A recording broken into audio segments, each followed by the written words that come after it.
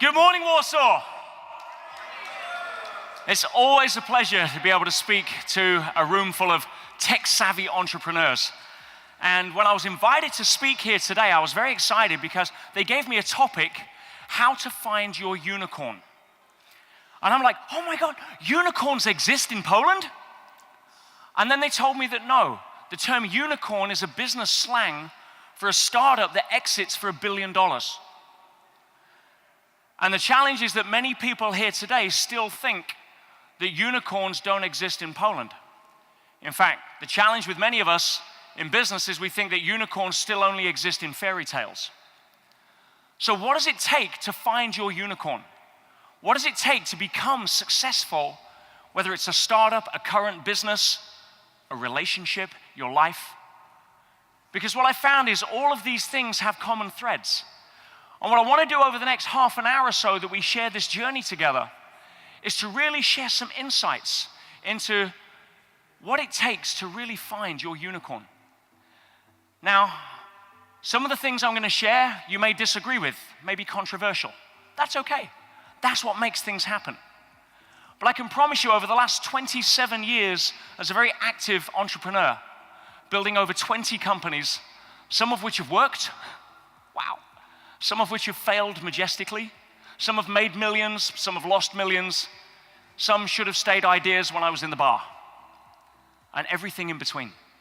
And through that journey, I've learned a lot of lessons, some of which I want to share with you today, so that when you leave here, tomorrow can be different, not because you were entertained by somebody on stage, but because it made you think in a different way.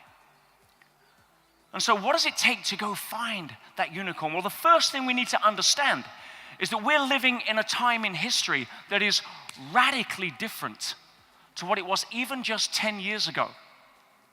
In fact, I'll go so far as to say that people starting school today will probably end up working in an industry that hasn't yet been invented. How do we know that? Most of you in this room today are working in an industry that wasn't invented when your parents were at school, right? Where does that mean we're going?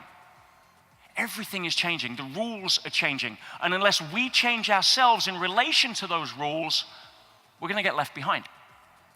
The world's largest taxi company right now is what? Uber. Doesn't own one single taxi. The world's largest hotel company doesn't own one hotel. Airbnb. We live in a very different and changing world. When I started in business 27 years ago, you would need millions of dollars in capital expenditure, startup infrastructure, business plans, premises, to build the kind of businesses today that you can get access to the technology for $10 a month. Millions in R&D that you can download at a coffee break. Unbelievable. So what are we doing with that? Well, is it the economy? No. Businesses go out of business for one reason. It's not the economy. It's not staff. It's not the wrong idea. It's not lack of funding. Businesses go out of business only for one reason, and that is that they're mismanaged. Now, they may be mismanaged in relation to their product or service or their funding or their cash flow, but mismanagement is why businesses go out. And management is not down to your marketplace, your product, or your service. Management is down to you, the person in the mirror. What are you doing to bring a better version of you to the table so that your business or your idea can thrive? We're going to explore some of that today. Well, if you start to think, if it's not the economy and it's me, what has to happen for me in this incredible landscape of business that has changed so much in such a short amount of time? What has to happen for me to shift? Well, I assert that the biggest benefit, the biggest skill set that you can master today is the art of reinventing yourself. Reinventing who you are. Why? Because as human beings, what we do is habitual. The way you brushed your teeth this morning is the same way you brushed your teeth yesterday, with the same hand. Why? Because we're creatures of habit. And nowhere is that more prevalent than in our thinking. And nowhere does it have more of an impact in the world today than our behavior, which is preceded by our thoughts. Think about it. Everything in your life that you own right now began as a thought in somebody else's mind.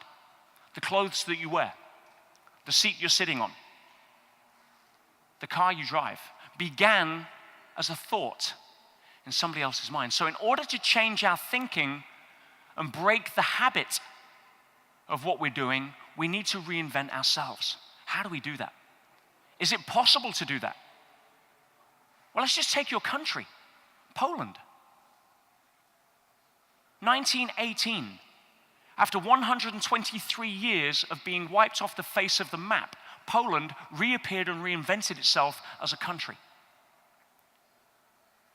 1945, at the end of Nazi Germany, Poland reinvented itself again. In fact, the city of Warsaw, dynamited to the ground, literally reinvented itself from scratch up into the city that you see today.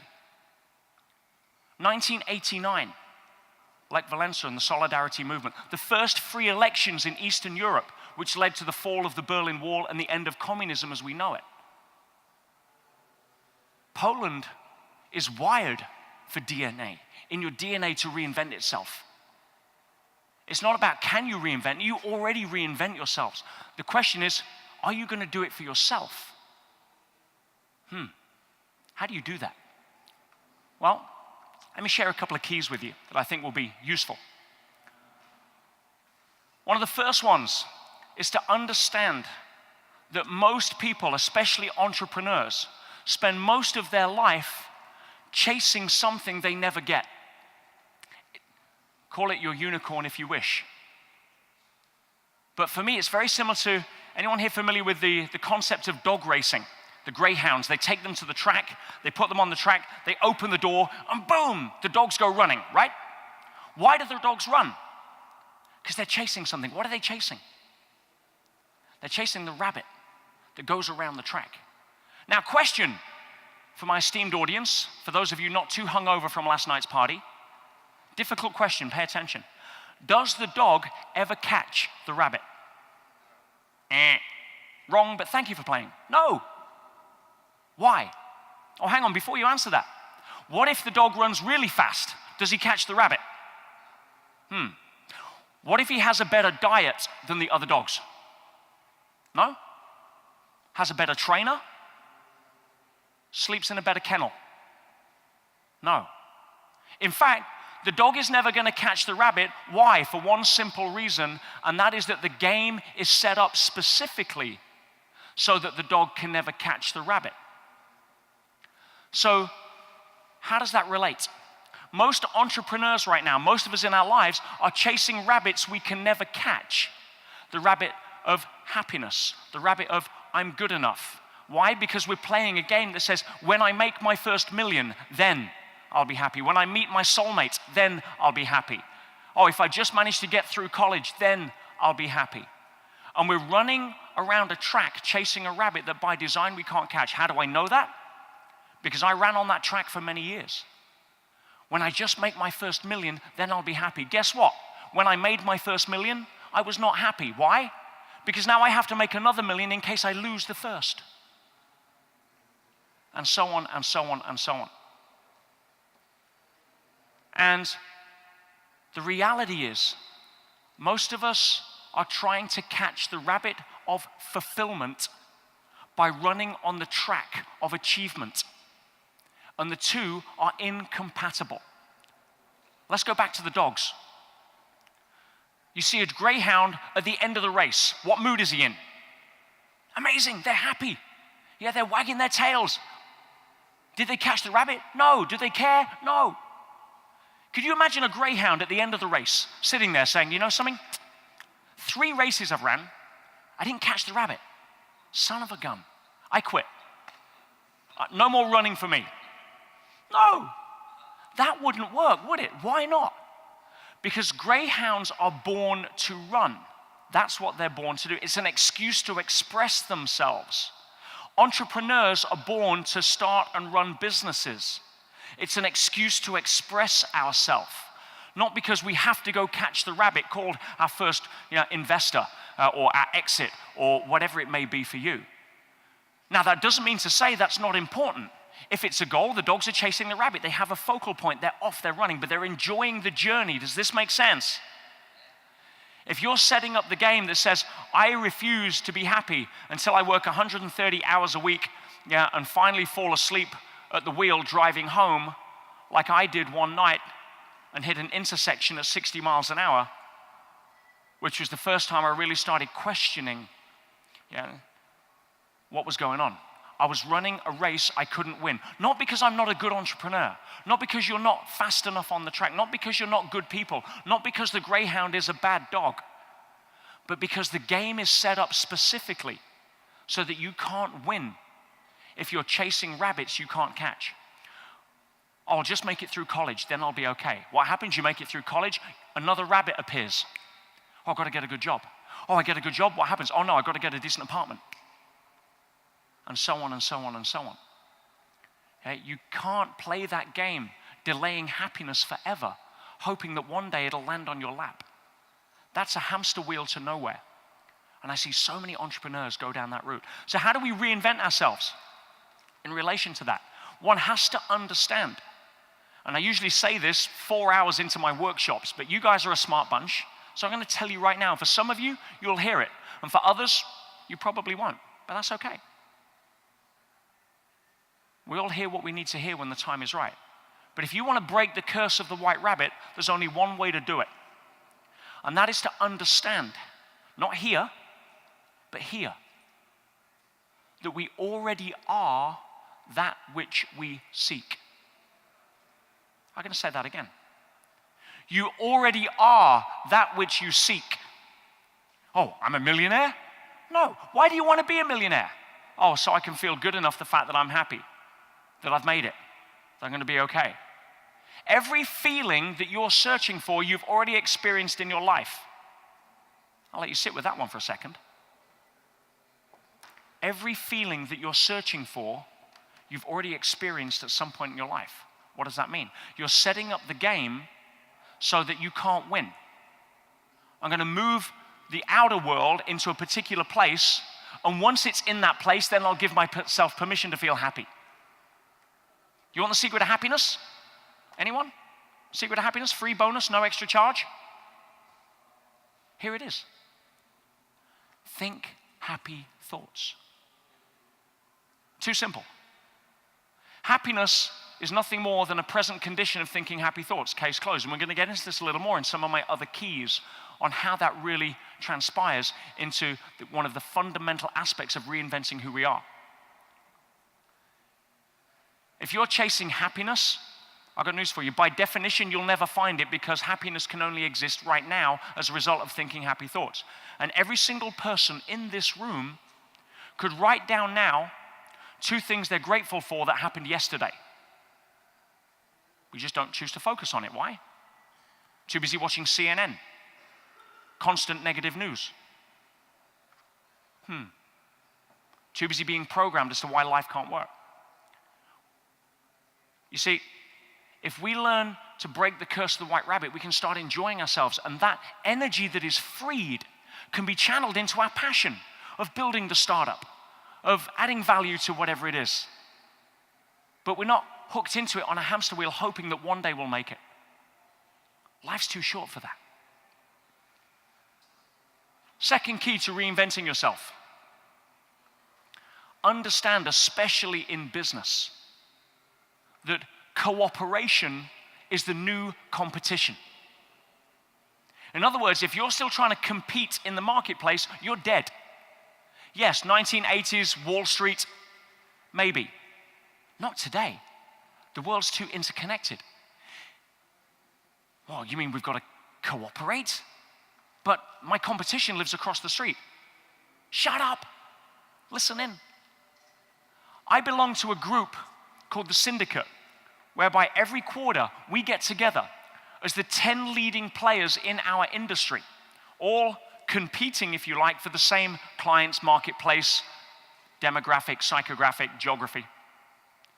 and we sit around the table and we swap best practices. What's working for you? Oh, really? Oh, let me ask a question. Oh, what that last campaign that you ran, what's working for you? What did you learn from that? What isn't working? And we swap ideas. We cooperate. You see, if you're not cooperating, it's because you have a small pie mentality. And what I mean by that is that you think the economy, your client base, your customers, operate like a small pie. In other words, I want to carve out a piece for me. And the bigger my piece, the smaller your piece, or worse, the bigger your piece, the less there is for me. Well, I got news for you guys. The economy doesn't work that way. The economy is like a vocabulary. Just because somebody's fluent in a language doesn't mean that somebody else can't learn. You don't steal my words. So being able to cooperate in your industry, in Poland, especially here in Warsaw and Krakow, you have some of the hottest tech startups in Europe, in the world. Why are you not getting together? Why are you not talking to each other? Why are you not sitting around the table, buy a coffee, CEO to CEO, and say, what's working for you? How can we help? How can we assist? What's working for us? Let me share it. That's how you compete in a modern economy, by cooperation. Do you need another example? Let's go to nature. Nature's a little smarter than us a lot of the time. The human body.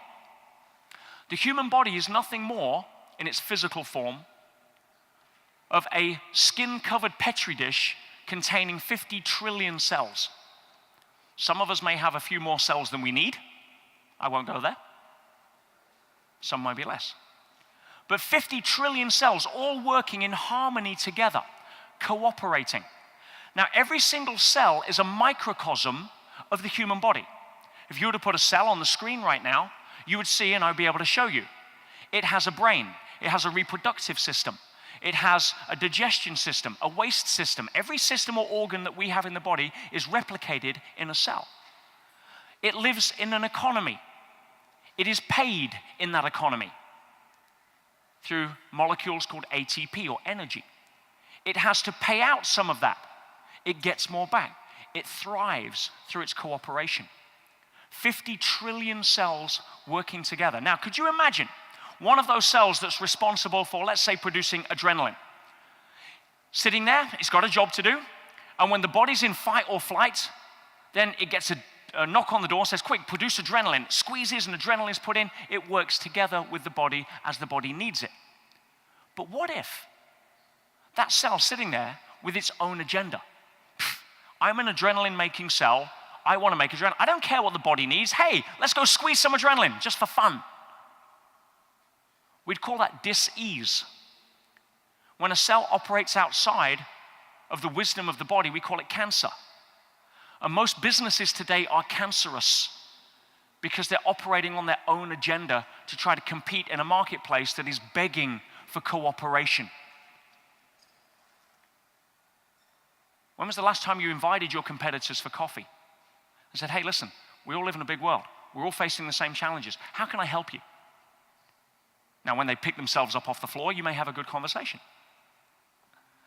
But it's a way to be able to win and move forward. 50 trillion cells do that on a daily basis, and you're here as a result. Cooperation is the new competition. The other key to reinventing yourself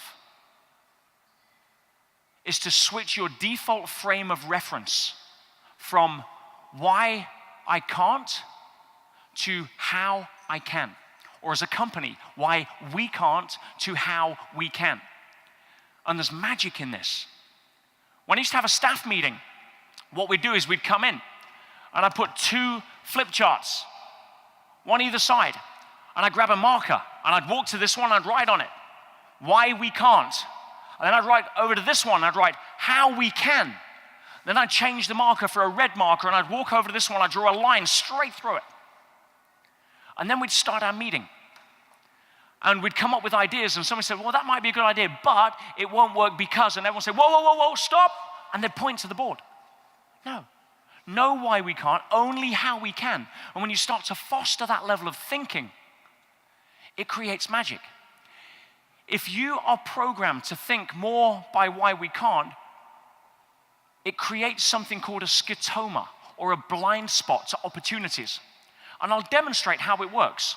See if this resonates for you. Has anybody here ever gone to go out to work or a party or whatever, and you can't find your keys? And what do? I know what happens. We go on a circuit of the house or the apartment or the office, don't we? It's called the I can't find my keys circuit. And this is what it looks like. I can't find my keys. Can't find my keys. Where's my keys? I can't find them. I can't find my keys. Can't find my keys. Keys, I can't find my keys. Now, when you finish that circuit, what do? You do the same circuit again, but with more energy. I can't find my keys. Where's my keys? I can't find my keys. Where's my keys? I'm just out all the time. I can't find my keys. And then all of a sudden, what happens? Our partner or significant other comes up, goes to the coffee table right under your nose and says, hello, keys. And you're like, you just put them there. So no, they were there all along. Now what happens? Based upon our language, our frame of reference, we create a scotoma or a blind spot. And here's how it works. I'm walking around saying, I can't find my keys. And all of a sudden, the eyes see the keys. And they say, eyes to brain, I found the keys. And the brain says, shut up. He says he can't find them. But no, I can see the keys. He says, no, I'm not going to make him out to be a liar. And so it literally disappears out of our view. How many opportunities in business are we blind to because our default set of thinking operates from why we can't rather than how we can? If you really want to reinvent yourself, start to understand that possibility thinking is what created the world we live in. There is no limits. Two men sat behind prison bars. One saw mud, the other saw stars. It is not the outer world, my friends, that makes the difference. It is how you interact with the outer world. You see, if you're thinking negative thoughts, in quantum physics, one of my passions, you create a certain frequency of thought that can be measured. Now, if you have a good idea, or somebody has a good idea, and you have a negative thought, it creates what's called an interference pattern. And that interference pattern, like two opposite waves in a pond, cancel each other out. But if you have a group of people that are all thinking in the same direction, how we can, it's like dropping two stones together at the same time, and as they converge, it amplifies. And now the wave is twice as high. Does that make sense? So understanding how to interact with life from a frame of reference as to how we can is one of the most important aspects. And why don't we do it? Because we're programmed and conditioned specifically by two things to stay where we are. And those two things, one is the media. And again, I'm sorry guys, and I'm not here to pull the rug from under you. But if you think that the media in its traditional sense has anything to do with reporting the news, you're in Disneyland.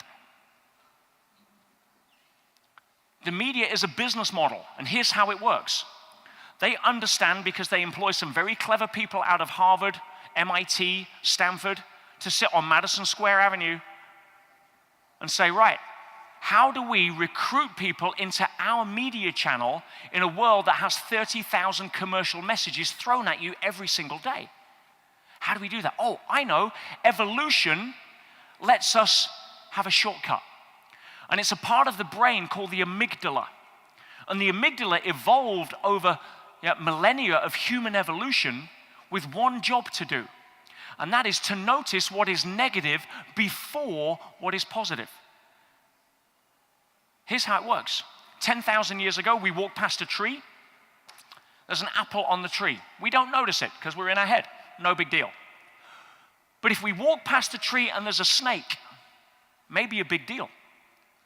So your reticular activating system, which is another part of the brain, which is constantly scanning, the part of the brain that flags up to your conscious awareness what it thinks is important.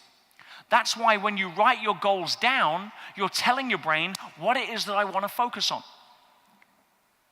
And I'll tell you right up front, if you don't write down your goals, you'll probably end up working for somebody who has. So if the reticular activating system is always scanning, it's always looking, processing 40 million bits of data per second, and most of it deletes, distorts, and generalizes. It pulls up the big rug, called your unconscious, and sweeps it underneath. But anything that it says is relevant, it stops. It says, oh, hang on, that's relevant. How does it know it's relevant? Only two ways. One, it could be life-threatening, which is the amygdala's job to tell it, or you've told it it's relevant. So you're at a party, like last night, Google Campus, and the music's blaring, and you're standing around and you're talking to somebody, and there's a conversation 20 feet away, and somebody mentions your name. What do? You hear it. Not because they say it louder. Your reticular activating system was listening to every single conversation, pulling up the rug and putting everything underneath that was not important. All of a sudden, oh, name, that's important. Bring it up into the conscious awareness. There you go. Now, the media understand this.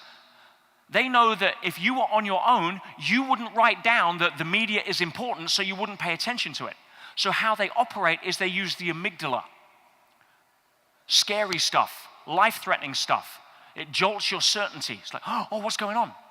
And once we start to build that muscle, we keep going back to the media to try and get our answers to the problems that they told us about in the first place. Once that cycle carries on, you are starting to program yourself to be negative. How does that work? We think we have control. Let me demonstrate. Anybody here in the room have children or young nephews or nieces? Yeah, quite a few of you. Have you ever had the time where the nephew or the niece or the young child is walking out of the kitchen holding a plate, and you say, don't drop that plate? What happens? Your parents are smiling. More often than not, they drop the plate. Now, why? Is that coincidence? No. What happens is this: the human brain doesn't process negation. In other words, it can only look from a positive reference point to start with. So the child hears, don't drop the plate. The brain works in pictures, not language. Language is a learned phenomena. The mind thinks in pictures and concepts, which is why it's so much faster. And therefore it says, what the brain hears is drop the plate, don't. And a lot of language patterns in many countries actually phrase it that way. So they get a picture of dropping the plate because they have to process that. That's scary because the adult just told me I shouldn't do it. That localizes in a bit of a tremor in fear in the wrist, and I dropped the plate. Now, who do we blame for that? Child. Who caused it? Our language pattern. Far better to have turned around and say, hold the plates more tightly. You'd have had a different result. But I'm not here to teach you language patterns of children. I'm here to tell you that why did you go and say to begin with, unconsciously, immediately, without thinking, don't drop the plate? Why did you go negative first, not positive? Because we've been conditioned to build the muscle of negativity through exposure to the media. It's a primary reason why most people get stuck in negative patterns. The second thing that affects our environment in terms of conditioning negative is our peer group. I give lectures on peer groups, for hours, the importance of who you surround yourself. So I'm just going to make this simple for you guys because we haven't got too much time. And is this: who you hang with is who you become. Case closed. Say it again. Who you hang with is who you become. Are you surrounding yourself with people that say how we can or why we can't? Love your family, choose your friends. Okay? Because otherwise we're going to start suffering that interference pattern that cancels out all of the creativity and the positivity that we can try to muster in a world that's telling us we can't. So if we go back and think, okay, how do I reinvent myself at the fundamental level? Because the outside is not going to change to fit your pictures. The outside happens, and it's happening so fast with so much change. We're either going to stay stuck in our old patterns and get left behind, or we can start to reinvent ourselves and have a chance. We start to understand that reinvention is part of who we are as human beings. We are designed to adapt, constantly change. Your body will constantly change to its environment, will it not? You put it in McDonald's, or you put it in the gym. It doesn't care. It'll change. Your mind is the same. So if you start to understand that you can stop wasting energy chasing rabbits that you're not going to catch, start owning your own greatness, start understanding that you were born with everything that you need to know, everything that you need to have in order to go and run, because greyhounds aren't faulty, then you go enjoy the game. Catch the rabbit, lose the rabbit. You're not going to take it with you. But the chances are, the paradox is, the more energy you put in to chasing that rabbit, because you're enjoying running rather than thinking you need the rabbit, the faster you tend to run. Couple that with understanding that cooperation is the new competition, and change the paradigm of thinking that I need a bigger piece of the pie. There's enough pie for everybody. And start to understand that from a fundamental perspective, my thinking governs everything. And if I'm a how I can person, not a why I can't, my life will change, and I will see the opportunities that previously would be put under the carpet, just like the keys on the table. And if we can do that, not only can we change the businesses that we're in, not only can we change the relationships that we have with significant others, spouses, friends, family, or co-workers, not only can you change Poland again to reinvent itself as the tech startup capital in Europe, but you'll go home one day, look in the mirror, and start to notice a horn coming out here, and realize that you found your unicorn. Thank you.